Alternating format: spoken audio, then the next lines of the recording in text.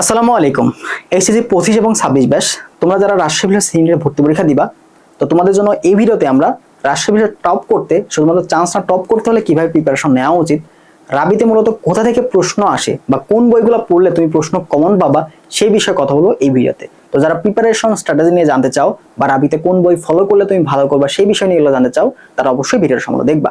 ওকে, চলো আমরা কথা না বলে শুরু করি। তো প্রথমেই চলে আসবো আমরা যদি মান বর্ণনের দিকে একটু খেয়াল করি, তো মান বর্ণনের ক্ষেত্রে তোমাকে একটু বলে দেই, সেটা হচ্ছে দেখো ফিজিক্স কেমিস্ট্রি, ঠিক আছে? তোমাদের হচ্ছে ফিজিক্স কেমিস্ট্রি এবং হচ্ছে আইসিটি, এই তিনটা বিষয় তোমাকে দাগাতেই হবে, ঠিক আছে? মাস্ট দাগাতে হবে। এবং এখানে তোমাদের 55টা এমসিকিউ থাকবে এবং প্রত্যেকটা এমসিকিউ এর মার্ক হচ্ছে 1.25। তো তোমরা অনেকেই জানো না হয়তো, রাবিতে কিন্তু 80টা এমসিকিউ পরীক্ষা হয়, ঠিক আছে? 80টা এমসিকিউ ভর্তি পরীক্ষা হবে, 80টা এমসিকিউ থাকবে, সেখানে 1.25 করে মার্ক থাকবে এবং 100 মার্কের পরীক্ষা। এখানে কোনো জিপিএ এর উপরে মার্ক নাই, জিপিএ এর উপরে কোনো মার্ক নাই। তো যাদের জিপিএ কম, এটা নিয়ে টেনশনের কোনো কারণ নাই। তুমি যদি মেইন পরীক্ষাতে ভালো করতে পারো, তুমি এখানে চান্স পাবা। তো আমাদের টার্গেট হবে হচ্ছে মেইন, আমাদের যে 100 মার্কের পরীক্ষা, 80টা এমসিকিউ থাকবে, এখানে কিভাবে ভালো করব, ঠিক আছে? এখানে কিভাবে ভালো করব। এবারে দেখো ঐচ্ছিক অংশে তুমি চাইলে ম্যাথ দাগাইতে পারো, শুধুমাত্র বায়োলজি দাগাইতে পারো। এখানে ফোর্থ সাবজেক্টের কোনো চিন্তা ভাবনা নাই। তোমার যদি মেইন সাবজেক্টও ম্যাথ হয়, তোমার যদি মেইন সাবজেক্টও ম্যাথ হয়, তুমি দাগা স্কিপ করতে পারবা, এখানে অনেক সুযোগ আছে, ঠিক আছে? তোমার যদি বায়োলজি মেইন সাবজেক্ট হয়, তবুও তুমি বাদ দিতে পারবা। এখানে ফোর্থ সাবজেক্ট মেইন সাবজেক্টের কোনো শর্ত দেওয়া নাই, তোমার ইচ্ছা মতো তুমি যে কোনো একটা দাগাইতে পারবা, আবার দুইটাই তো আগাতে পারবা, ঠিক আছে? তো চলো আসো ফিজিক্সের ক্ষেত্রে, ফিজিক্স আসলে কেমন প্রশ্ন আসে। তো ফিজিক্সের ক্ষেত্রে ভাইয়া গত বছরের প্রশ্নগুলো কিন্তু যথেষ্ট কনসেপচুয়াল ছিল। এখানে থিওরি বেস প্রশ্নগুলোও আসে এবং গাণিতিক প্রশ্নগুলোও আসে। তো থিওরি প্রশ্নের জন্য ভাই তুমি অবশ্যই, যদি মেন বইটা না পড়ো, তুমি এখানে ধরা খাইতে যাচ্ছ। থিওরি অংশের জন্য তুমি অবশ্যই কি করবা, মেন বইটা একটু পড়ার চেষ্টা করবা। যেহেতু তুমি এখন থেকে প্রস্তুতি নিচ্ছ, তার মানে একটা ভালো একটা সময় পাচ্ছ। রাবির ভর্তি পরীক্ষা তোমার ডিসেম্বরে হওয়ার সম্ভাবনা অনেক বেশি, ডিসেম্বরে হওয়ার সম্ভাবনা অনেক বেশি। একটু পিছাইলে হয়তো ডিসেম্বরের শেষ বা জানুয়ারির শুরুতে হইতে পারে, ঠিক আছে? ডিসেম্বরের শেষে অথবা জানুয়ারির শুরুতে, ঠিক আছে? জানুয়ারির শুরুতে এখানকার ভর্তি পরীক্ষা হইতে পারে। তো সেভাবেই তোমরা প্রস্তুতি নাও। মাঝখানে কিন্তু আমরা মোটামুটি 3-4 মাসের সময় পাচ্ছি। তো যেহেতু সময় পাওয়া যাচ্ছে, তো এখন তুমি কি করবা, মেইন বইটা একটু ভালো করার চেষ্টা করো। আর রাবির জন্য তুমি যদি প্রথম থেকে প্রিপারেশন নিতে পারো, তো টপ করার সম্ভাবনা সবচেয়ে বেশি থাকে। হুট করে 1 মাস আগে, 15 দিন আগে প্রিপারেশনে রাবিতে কিন্তু চান্স পাওয়া যায় না, কারণ এখানে প্রত্যেকটা মার্ক 1.25। তো প্রশ্নও কিন্তু তোমাকে 1.25 পাওয়ার মতোই দিবে, প্রশ্ন হালাল করেই দিবে। এমন প্রশ্ন তুমি দেখা মাত্রই ধরতে পারবা না, এরকম প্রশ্ন কিন্তু আসে। বিশেষ না হলে তুমি 25-26 সেশনের গ্রুপ 2 এর প্রশ্ন, গ্রুপ 1 এর প্রশ্নগুলো একটু দেখে নিতে পারো, ঠিক আছে? তো এখানে থিওরি প্রশ্নগুলো অবশ্যই মেন বই থেকে পড়ার চেষ্টা করবা, তাহলে তুমি সর্বোচ্চ বেনিফিটেড হবা, ঠিক আছে? এখান থেকে বিশেষ করে কেমন প্রশ্ন আসবে, বৈশিষ্ট্য টাইপের যে প্রশ্নগুলো আছে, বৈশিষ্ট্য, তারপর সম্পর্ক, কোনটা কার সমানুপাতিক ব্যস্তানুপাতিক, ঠিক আছে? সম্পর্ক রিলেটেড প্রশ্নগুলো, তারপর সূত্র মাত্রা, এগুলো দেখার চেষ্টা করবা, সূত্র মাত্রা এগুলো দেখার চেষ্টা করবা থিওরি প্রশ্নে, ঠিক আছে?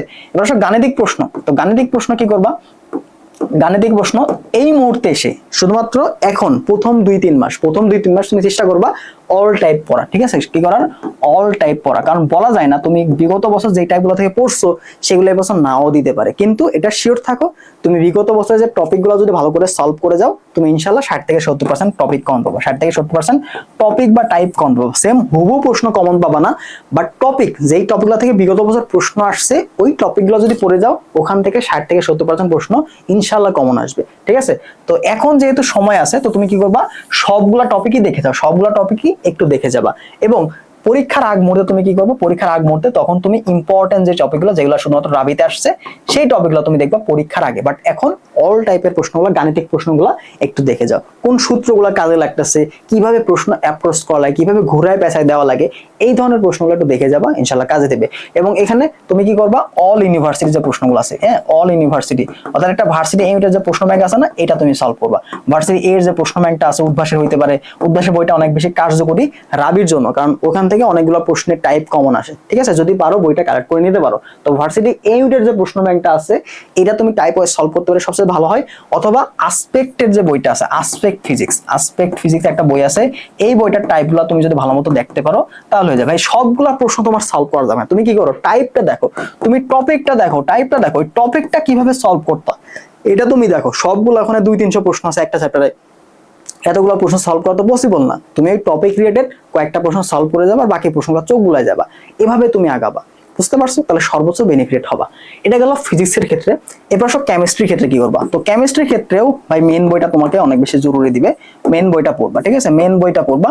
এখন মেন বই বাদে তোমার যদি অন্য সহায়ক বই থাকে কেমিস্ট্রির ক্ষেত্রে, যেখানে টাইপগুলো সুন্দরভাবে বোঝানো আছে, যেমন আসপেক্টের যে বইগুলো থাকে, আসপেক্টের যে কেমিস্ট্রি টাইপের যে বইগুলো, কেমিস্ট্রি প্লাস, ওখানে কিন্তু টাইপ ওয়াইজ কনসেপ্টগুলো দেওয়া থাকে, তো তুমি ওই বইটা ফলো করতে পারো। কিন্তু সবচেয়ে ভালো হয় আসলে মেন বইয়ে তো অ্যাডমিশনের জন্য কোনগুলো দরকার সেগুলো সাজানো থাকে না, বাট একটা সহায়ক বইয়ে সুন্দর মতো সেটা সাজানো থাকে। তো এর জন্য তুমি চাইলে সহায়ক বই একটা দেখতে পারো, ঠিক আছে? এই বইটা তুমি দেখবা। এবারে মেন বই থেকে অবশ্যই অনুশীলনের যে প্রশ্নগুলো আছে, মেন বই থেকে অনুশীলনের প্রশ্নগুলো থেকে কিন্তু প্রশ্ন কমন আসে, ঠিক আছে? অনুশীলনের এমসিকিউ গুলো থেকে প্রশ্ন কমন আসে। তো এটা একটু চেষ্টা করবা যে মেন বইয়ের যে অনুশীলনের এমসিকিউ সেগুলো একটু প্র্যাকটিস করে যাওয়া, ঠিক আছে? আর এখান থেকে অবশ্যই ভার্সিটি ইউনিটের যে প্রশ্ন ব্যাংক, পাশাপাশি রাবির যে প্রশ্ন ব্যাংকটা আছে, রাবির কোশ্চেন ব্যাংকটা তো মাস্ট পড়তেই হবে। তো রাবির কোশ্চেন ব্যাংকের ক্ষেত্রে তুমি এখানে পানকড়ি দেখতে পারো, ঠিক আছে? পানকড়িটা সালওয়াইজ দেওয়া আছে, কিন্তু এখানে ব্যাখ্যাগুলো অনেক সুন্দর। পানকড়ি দেখতে পারো অথবা রাবি নলেজ, এই দুইটা বইয়ের মধ্যে যে কোনো একটা তুমি নিতে পারো, ঠিক আছে? রাবি নলেজ অথবা হচ্ছে পানকড়ি, এই দুইটা বই তুমি নিতে পারো। আমি প্রশ্ন ব্যাংকের ক্ষেত্রে এটা তোমাকে সাজেস্ট করলাম। আর বিষয় ভিত্তিক যদি প্রিপারেশন নিতে চাও, যদি কেমিস্ট্রি তুমি দুর্বল হও, সেক্ষেত্রে আসপেক্টের একটা সহায়ক বই নিতে পারো, বা জয়কলি বিচিত্রা, মানে যে কোনো একটা সহায়ক বই যেখানে টাইপ ওয়াইজ সুন্দরমতো কনসেপ্ট, বিগত বছরের প্রশ্ন এগুলো দেওয়া আছে। অথবা শুধুমাত্র রাবির জন্য যদি প্রশ্ন ব্যাংক দিতে চাও, সেক্ষেত্রে পানকড়ি প্রশ্ন ব্যাংকটা অথবা রাবি নলেজ। বিশেষ করে যে পানকড়ি যে প্রশ্ন ব্যাংকের ব্যাখ্যাগুলো কিন্তু যথেষ্ট সুন্দর গোছানো দেওয়া থাকে, সাল ওয়াইজ কিন্তু ব্যাখ্যাগুলো সুন্দর, এই প্রশ্ন ব্যাংকটা তুমি দেখতে পারো, ঠিক আছে? তো এইটা গেল আমাদের ফিজিক্স এবং কেমিস্ট্রির ক্ষেত্রে। তো এরপরে যদি আমরা আসি তোমাদের হচ্ছে কিসে যাবো বলো তো? এরপরে আমরা হচ্ছে আইসিটির ক্ষেত্রে যাবো। তো আইসিটির ক্ষেত্রে এত বেশি প্যারা খাওয়ার দরকার না, আইসিটির ক্ষেত্রে খুবই কমন কিছু প্রশ্ন আসে। দেখো আইসিটির ক্ষেত্রে যদি কিছু কমন অধ্যায়গুলো তুমি বলি, আইসিটির ক্ষেত্রে কমিউনিকেশন যে অধ্যায়গুলো আছে, দ্বিতীয় অধ্যায়, ঠিক আছে? দ্বিতীয় অধ্যায়, তৃতীয় অধ্যায়, তারপর হচ্ছে চতুর্থ অধ্যায়, এই কয়েকটা অধ্যায় থেকে মূলত প্রশ্ন আসে বেশি, ঠিক আছে? দ্বিতীয়, তৃতীয়, চতুর্থ এই অধ্যায়গুলো ভালো করে পড়বা। বিশেষ করে বইয়ের তুমি যদি কিছু না, তুমি যদি রাবির যে প্রশ্নগুলো আসে এবং জাবিতে যে প্রশ্নগুলো আছে, এই কোশ্চিনগুলো, এই কোশ্চিন ব্যাংকটা যদি দেখো আইসিটি পার্টের, এখান থেকে তুমি পাঁচটার মধ্যে পাঁচটা প্রশ্ন আসে না, পাঁচটার মধ্যে মিনিমাম হচ্ছে 2 থেকে 3টা প্রশ্ন কমন পাবা, 2 থেকে 3টা প্রশ্ন কমন পাবা। আর বাকি যে 2টা প্রশ্ন, ওই 2টা প্রশ্ন হয়তো তোমার একটু বই দেখা লাগতে পারে বা অনুশীলনের প্রশ্ন দেখা লাগতে পারে। আবার যদি কপাল ভালো থাকে যে এই 2টা অধ্যায়ের প্রশ্ন তার ব্যাখ্যাগুলো থেকেই 5টা প্রশ্ন চলে আসতে পারে, ঠিক আছে? তো ম্যাক্সিমাম প্রশ্ন তোমার দ্বিতীয়, তৃতীয়, চতুর্থ অধ্যায়, এই 3টা অধ্যায় থেকে বেশি প্রশ্ন এসে থাকে আইসিটির ক্ষেত্রে। তো আইসিটির এত প্যারা খাওয়ার দরকার না, আইসিটির আমরা ফুল ক্লাসগুলাই তোমাদের দেবো আমাদের পেজ এবং ইয়াগুলোতে, কোন টপিকগুলো থেকে প্রশ্ন আসে, বিগত বছরের প্রশ্ন সলভ, সেগুলো ইনশাআল্লাহ দেওয়ার চেষ্টা করবো। আমাদের ইউটিউব চ্যানেলে অলরেডি আগের বছর দেওয়া আছে, তুমি চাইলে দেখে নিতে পারো আইসিটির ক্ষেত্রে। এরপর আমরা যদি বায়োলজির ক্ষেত্রে আসি, সেই ক্ষেত্রে করণীয় কি? তো বায়োলজির ক্ষেত্রে যারা আগায় থাকে, বায়োলজির ক্ষেত্রে যারা আগায় থাকে তার একটা ছোট্ট অ্যানাউন্সমেন্ট দিয়ে দিই, সেটা হচ্ছে তোমরা যারা সেকেন্ড টাইম প্রিপারেশন নিচ্ছ, এই মুহূর্তে ভাই রেগুলার থাকাটা তোমার জন্য অনেক বেশি ইম্পর্টেন্ট। তো আমাদের সেকেন্ড টাইম এক্সাম আছে, কিন্তু ভর্তি চলমান, আগামী 1 তারিখ থেকে এক্সাম শুরু হবে। ডিসকাউন্ট অফার আমরা বৃদ্ধি করছি 28 তারিখ পর্যন্ত। তো যারা এখনো ভর্তি হও নাই, দ্রুত 750 টাকা দিয়ে এখনই ভর্তি যেতে পারবা। আর শুধুমাত্র যেটা রাবি কভার করবে তা না, রাবির পাশাপাশি রাবিতে চান্স পাইলে তুমি কি করবা? তখন তুমি গুচ্ছ ট্রাই করবা, তা না? তো ওই গুচ্ছের আগে তুমি কিন্তু এক্সাম দিতে পারবা, গুচ্ছের আগে, কৃষি গুচ্ছের আগে, এছাড়া ওইদিকে কুমিল্লা বিশ্ববিদ্যালয়, হাজী দানেশ, অর্থাৎ যেখানে যেখানে পরীক্ষা দেওয়া যায় সেকেন্ড টাইম, সব জায়গাতে তুমি এখান থেকে ফুল একটা সাপোর্ট পাবা। অর্থাৎ একটা কোর্সে তুমি ইনভেস্ট করবা, বাকি সবগুলো পরীক্ষার আগে তুমি এখানে সুফল পাবা। এখানে প্রত্যেকটা অধ্যায়ের এক্সাম দেওয়া আছে already, varsity base, varsity wise আলাদা এক্সাম দেওয়া আছে প্র্যাকটিস সেকশনে। পরবর্তীতে আবার তুমি মল টেস্ট পাবা, যেমন রাবির এক্সামের আগে রাবির জন্য এক্সাম পাবা, জাবির এক্সামের জন্য রাবির এক্সাম পাবা। অর্থাৎ এইভাবে প্রত্যেকটা ইউনিভার্সিটি কিন্তু কভার করা হবে আমাদের এই সেকেন্ড টাইম এক্সাম আছে। তো যারা এখনো কোথাও ভর্তি হও নাই, ভর্তি হইতে হতো আমাদের এই কোর্সে খুবই স্বল্প টাকাতে, মান্থলি দেখো 100 টাকা করে, 100 সামথিং এরকম পরে, 750 টাকাতে ফুল একটা সাপোর্ট তুমি পেয়ে যাবা সেকেন্ড টাইম জার্নিতে। তো আশা করি যারা সেকেন্ড টাইম দিবা তারা এখানে ভর্তি হয়ে যেতে পারো। ওকে, তো বায়োলজির ক্ষেত্রে ভাই মেন বইটা দেখা জরুরি। তো মেন বই থেকে ইম্পর্টেন্ট টপিকগুলো, মেন বই পড়ার আগে তুমি কি করবা? কোশ্চেন ব্যাংকটা অ্যানালাইসিস করে নেবা, ঠিক আছে? কোশ্চেন ব্যাংকটা অ্যানালাইসিস করে নেবা বায়োলজির ক্ষেত্রে, যে কোন কোন টপিকগুলো থেকে আসলে প্রশ্ন আসে, কোন কোন টপিকগুলো থেকে প্রশ্ন আসে, এই টপিকগুলো তুমি বায়োলজির ক্ষেত্রে পড়ে ফেলবা, ঠিক আছে? এই টপিক অ্যানালাইসিস আমরা করব কখন? করব পরীক্ষার 2 মাস আগে। বাট এখন থেকে আমরা সবগুলো টপিক পড়ার চেষ্টা করব। দেন আমরা পরবর্তীতে যখন আমাদের রিভিশনের সময় আসবে, তখন আমরা রাবির যে কোশ্চেন ব্যাংকটা আছে, কোশ্চেন ব্যাংকটা অ্যানালাইসিস করব, যে আসলে কেমন টাইপের প্রশ্ন রাবিতে আসতেছে, ওই টাইপের প্রশ্নগুলো বারবার পড়ার চেষ্টা করব। তাহলে কিন্তু আমাদের জন্য অনেক বেশি ভালো হবে। আর এক্সট্রা যে টপিকগুলো আছে সেগুলো একবার করে চোখ বুলাই যাব, ঠিক আছে? তো কোশ্চেনটা অ্যানালাইসিস করে তোমরা মেন বই থেকে ওটা পড়ার চেষ্টা করবা, সেটা সবচেয়ে ভালো হয়। এরপরে তোমাদের যে ভার্সিটি ইউনিটের যে প্রশ্ন ব্যাংক, যেখানে সকল ইউনিভার্সিটির প্রশ্নগুলো আছে, এই কোশ্চেন ব্যাংকটা তুমি করবা, প্র্যাকটিস করবা বায়োলজির ক্ষেত্রে, তাহলে অনেক প্রশ্ন কমন পাবো, অনেক প্রশ্ন কমন পাবা। তুমি যদি রাজশাহী ইউনিভার্সিটির 50টা প্রশ্ন সঠিক করে আসতে পারো, ঠিক আছে, 80টার মধ্যে 50টা এমসিকিউ সঠিক করে আসতে পারো, অবশ্যই নেগেটিভ বাদ দিয়ে, নেগেটিভ খাওয়া যাবে না, তাহলে তোমার চান্স, তাহলে তোমার খুব ভালো মতো চান্স হয়ে যাবে, খুব ভালো মতো চান্স হয়ে যাবে, ঠিক আছে। তো এটা নিয়ে এত প্যারা খাওয়ার দরকার নাই, যে কোনো 2টা বিষয় তুমি ভালো করার চেষ্টা করবা, মানে খুব ভালো একটা মার্ক এনশিওর করার চেষ্টা করবা 2টা বিষয়, তাহলে তোমার কিন্তু কাজ হয়ে যাবে, ঠিক আছে। এবার সব ম্যাথের ক্ষেত্রে আসি। তো ম্যাথের ক্ষেত্রে আমরা টাইপ ওয়াইজ কোশ্চেনগুলো সলভ করবো, ঠিক আছে। টাইপ ওয়াইজ তুমি অবশ্যই রাজশাহী ইউনিভার্সিটি কোশ্চেন ব্যাংকটা সলভ করবা, রাবি কিউবি। তো রাবি কিউবিতে যে টাইপের প্রশ্নগুলো আসছে ওগুলো সলভ করবা, পাশাপাশি অন্যান্য ভার্সিটি বিশেষ করে ঢাবির প্রশ্নগুলা, রাবির প্রশ্নগুলা, জাবির প্রশ্নগুলা, এই 3টা ইউনিভার্সিটি বা গুচ্ছতে রিসেন্ট ইয়ারের প্রশ্নগুলো দেখে নিতে পারো। তো এই প্রশ্নগুলো থেকে ঘুরে ফিরে প্রশ্ন আসলে আসে, কয়েকটা প্রশ্ন কোনো বছর একটু কঠিন আসে, বাট এমন না যে সবগুলো প্রশ্নই কঠিন আসবে, কিছু প্রশ্ন থাকবে যেগুলো তুমি অ্যান্সার করে আসতে পারবা, ঠিক আছে, এরকম ভাবে আসবে। তো তুমি যদি বিগত বছর প্রশ্নগুলো টাইপ ওয়াইজ ভাগ করে যদি পড়ে ফেলতে পারো ম্যাথের ক্ষেত্রে, তাহলে তুমি এখানে সর্বোচ্চ বেনিফিট বা সর্বোচ্চ কমন পাওয়ার সম্ভাবনা তোমার জন্য থাকবে, ঠিক আছে। আর আমাদের শেষ মুহূর্তে যখন থাকবে 2-3 মাস যখন আমাদের সময় থাকবে, তখন আমরা কি করব, তখন আমাদের হচ্ছে রাবির যে কোশ্চেন ব্যাংকটা আছে, ঠিক আছে, তখন আমাদের কাজ হবে রাবির যে কোশ্চেন ব্যাংকটা আছে, এই কোশ্চেন ব্যাংকটা আমরা অ্যানালাইসিস করবো, ঠিক আছে। তুমি অ্যানালাইসিস এখন থেকে করবা, বাট পড়বা হচ্ছে সব টপিকগুলাই, তুমি অ্যানালাইসিস এখন থেকে করে রাখবা। আর আমাদের এক্সাম বেসে আমরা অ্যানালাইসিস দিয়ে দিব, যেটা আমরা প্রতি বছরই দেই।